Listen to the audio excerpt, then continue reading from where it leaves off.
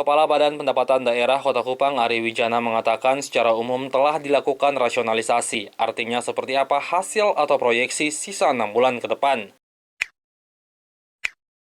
Sesuai APBD Kota Kupang, PAD Kota Kupang tahun 2020 adalah sebesar 200 miliar rupiah. Sesuai perhitungan saat ini, PAD Kota Kupang akan mengalami penurunan 21% dan hanya memperoleh 79% pada akhir tahun. Evaluasi akan dilakukan setiap 2 minggu dan setiap bulannya sesuai situasi saat ini.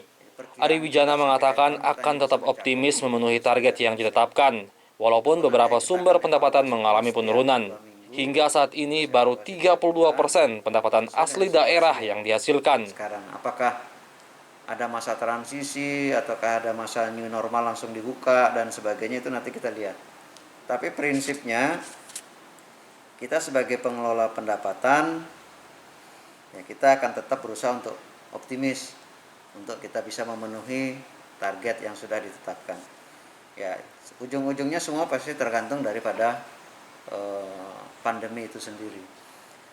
Karena banyak sumber-sumber pendapatan terutama yang berkaitan dengan pajak daerah, pajak hotel, restoran, pajak hiburan, ya. Itu rata-rata mengalami penurunan. Sampai saat ini kita itu baru posisi di 32%. Seharusnya bulan Juni ini kita sudah posisi di 50%, seharusnya. Kita masih posisi di 32%. Nah, kalau kita masih mengikuti target awal 200M, maka masih kita kekurangan sekitar 68%. Tapi kalau kita mengikuti hasil rasionalisasi yang 79%, maka kita masih kekurangan 53%. Nah, oleh karena itu dalam perjalanan ke depan tadi di rapat evaluasi, Pak Wali memberi arahan-arahan bagaimana mengoptimalisasi pendapatan yang ada. Memang kita sampai sekarang tidak ada menghapus pajak. Kenapa? Karena pajak daerah itu bersifat self-assessment, menghitung sendiri. Kalau hotel huniannya rendah, maka pasti bayar pajaknya juga kecil. Demikian juga restoran dan lain sebagainya. Nah, oleh karena itu, kita akan melakukan evaluasi terus.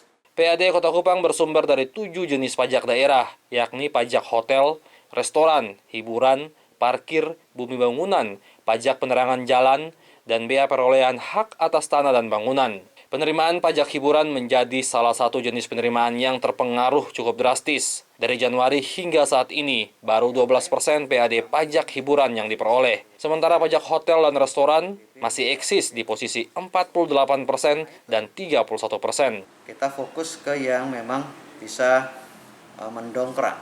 Contohnya begini, reklame. Kan reklame kalau masih tetap terpasang pasti akan kena pajak. Ya. Kecuali pada saat Covid reklamenya diturunkan, maka dia tidak kena pajak. Nah, oleh karena itu reklame itu kita anggap masih eksis. Terus yang kedua, pajak penerangan jalan bersama PLN. Ya, itu juga masih eksis dari target 35 miliar dan seterusnya. Nah, sekarang bagaimana optimisme ini bisa dijalankan? Karena ini eranya pandemi, maka tetap apapun namanya, masa transisi, new normal, tetap kita sesuai protokol kesehatan. Nanti mulai tanggal 16, tim kami yang turun ke lapangan untuk menyebarkan SPPT, surat pemberitahuan pajak terutang dan sebagainya, itu kita bekali juga dengan APD sederhana. Giri Rudolf, AFB TV melaporkan.